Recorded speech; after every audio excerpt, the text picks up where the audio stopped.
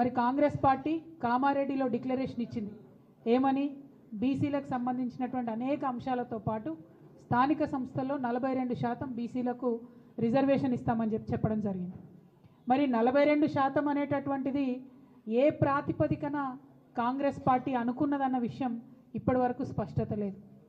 మరి బీసీల జనాభా 42% అని లెక్క కట్టే కన్నా ముందే వాళ్ళకి ఎట్లా తెలిసిందన్నటువంటి విషయంలో స్పష్టత లేదు.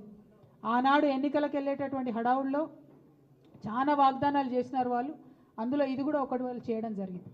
ఇవాళ మరి 42% అంటే ప్రతి ఒక్కరం కూడా ఆలోచిస్తూ ఉంటే బీసీ జనాభా సగానికన్నా ఎక్కువ ఉందని రమారమే మనం చెప్తూ ఉంటాం. అంటే అది 50% కావచ్చు, 60% కావచ్చు, ఇంకా ఎక్కువ ఉండొచ్చు, ఎంత ఉన్నదన్నది ఎవరికి తెలియనటువంటి విషయం. కానీ 42% అని కాంగ్రెస్ పార్టీ ఎట్లా చెప్పింది అన్నది ఇప్పటివరకు ఎవరికి అంతుపట్టని విషయం. సరే చెప్తే చెప్పారు, కానీ మరి ఆ 42% కూడా ఇవ్వకుండా మీరు ఎన్నికలకు పోయే ప్రయత్నం చేస్తున్నారా? ఈ ప్రశ్న ఇవాళ అందరి మెదడులో కూడా ఉన్నటువంటి పరిస్థితి.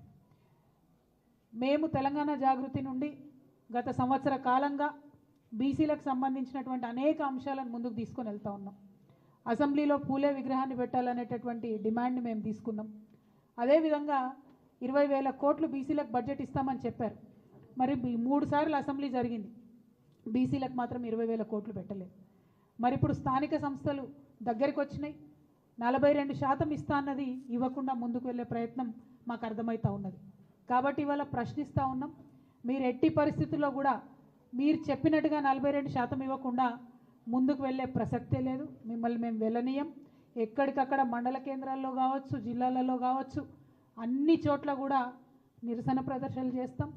మీరు 42% కాకుండా బీసీల వాటా మాట్లాడకుండా ఎన్నికలకు వెళ్తే మాత్రం కార్యాచరణ చాలా స్పష్టంగా, చాలా షార్ప్గా, పెద్ద ఎత్తున రియాక్షన్ ఉంటుందని చెప్పి ఈ సందర్భంగా ప్రభుత్వానికి మేము తెలియజేస్తూ ఉన్నాం.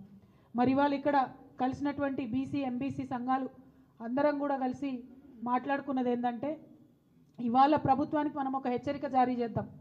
మీరు చేసేటటువంటి ప్రయత్నం బీసీ డెడికేటెడ్ కమిషన్ నివేదిక ఇచ్చిన తర్వాత మాత్రమే, బీసీ జనాభా ఎంతుందో తెలంగాణ ప్రజలకు చెప్పినాక మాత్రమే, దాని మీద మీరు ఎట్లా ముందుకు పోతారనే స్పష్టత ఇచ్చిన తర్వాత మాత్రమే మీరు ఎన్నికల గురించి ఆలోచన చేయాలి. అంతవరకు స్థానిక సంస్థల ఎన్నికల గురించి ప్రభుత్వం ఆలోచన చేయకూడదు. ఇది ప్రధానమైనటువంటి డిమాండ్. రెండవది, జనవరి 3 నాడు సావిత్రిబాయి పూలే గారి జయంతి ఉన్నది. మరి ఆనాడు ఇందిరా పార్క్ దగ్గర ఒక భారీ సభను మేము పెట్టబోతా ఉన్నాం.